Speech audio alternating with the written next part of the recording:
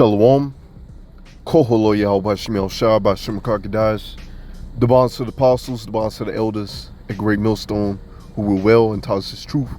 Much respect to you brothers out there just preaching this word in truth and sincerity throughout the four corners of earth. Tabernacle, David, Hopeful Lake, and Speckled Bird on Wednesday. Shalom. So I want to get into this little lesson right here. If I find the video or the article, I'll end up putting it up right here. But I saw this little article, and it was about Jake. You know, Jake's over here in America, over here in Babylon. You know, something to the effect of them realizing that America is not going to give them reparations. But us through this truth, you know, Kohola Yahweh Shemel Shah by Shemakakadias, for this truth is wisdom, knowledge, understanding. We understand we don't want your money, man. The amount of money, even if Babylon was to give us money, it wouldn't amount to all the suffering and pain that this man Esau Edom has done. You see, because we understand regeneration, reincarnation, that this man has put a lot of hell upon our people. Okay? A lot of hell. Even our forefather Abel, who is who came back as Jacob, Israel. Okay? Putting that hell upon our people when we was getting out of Egypt. The time of when the Babylonians came, they helped forward the destruction on us. The Greek Empire, which that was a horrible time to be a Jake. All right, they was getting down upon us to the point that we could not profess that we were the true people of the Lord, to be a Jew. Okay. The Roman Empire, and then it came back through the Renaissance period. All right, Renaissance meaning rebirth, and here we are in this revised Roman Empire. And since the inception of this revised Roman Empire, it's been nothing but bloodshed and death upon our people. So our people should be mad, but that's why it's imperative to be in this truth, because we understand that recompense is coming unto them. So without further ado, I'll go ahead and get some scriptures. This is Genesis 12 and verse 3. And I will bless them that bless thee, and curse him that curse thee, and in thee shall all the families of the earth be blessed. You see, now when you go to the scriptures, you read about Esau Edom, who was the so-called white man. All right, the only way that he can be blessed throughout the earth is through the blessing of the sword, as rape, robbing, and murder and killing. Okay, so this man has forwarded the destruction of our people. And the Lord said, hey, if you bless us, blessing is going to be upon you. And this is how we know that you're the wicked, that you're the vessels of wrath that's fitted for destruction, that you're that vessel that's made to dishonor the Lord. Okay, instead of blessing us, you're cursing us, you're killing us. So you just, hey, when we get in the kingdom, you just forward your destruction, man. Put yourself in the coffin. All right, and that's just how the Lord set things up, man. Matter of fact, through your Christianity, which I'm gonna get this right here, 1 Corinthians 12 and verse 2. Ye know that ye were Gentiles carried away unto these dumb idols, even as ye were led. All right, through your Christianity has our people in the trick bag to trust and believe in you, man. We're not trusting and believing you. You the damn devil that the Bible speaks of. And I'm gonna go ahead and play this video as well. You know, this goes to show you as well why we should never trust our enemy, as the Bible says. Never to trust thine enemy. This man is wicked. This man has done nothing but kill our people, man. So I'm gonna go ahead and play this video. When I tell you it was heinous, I'm gonna have to be careful how I word this so that I don't get in trouble, but I think it needs to be said because I am sick and tired of hearing people say that people of color just need to get over it already because it was so long ago. No, it wasn't. My father remembers his father raising hunting dogs that he would rent out on the weekend for hunting parties, only these weren't regular hunting parties. These big bubbas would set up these almost lemonade type stands during the week and sell these little carts for like, I don't know, a nickel, 25 cents. They were person of color hunting licenses.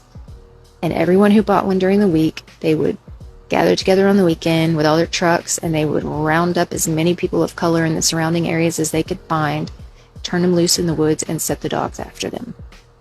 There are people alive today whose family were hunted down in the woods by dogs, and they raised their children to have a well-earned distrust of white people and of police officers.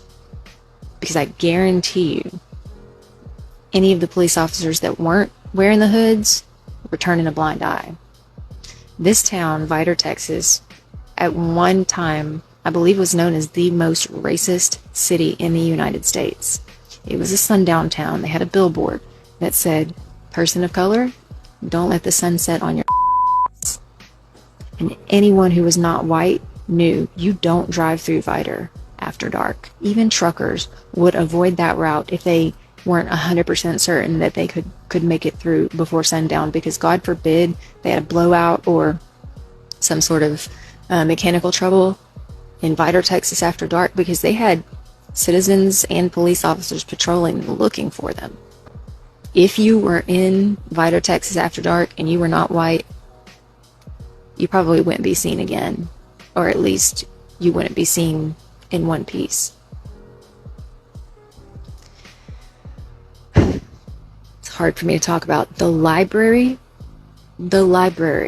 sold t-shirts with rifles across it that said, "People of color, we're ready for you." The Klan marched down Main Street openly and with full support of the municipalities and the people until 1985. 1985.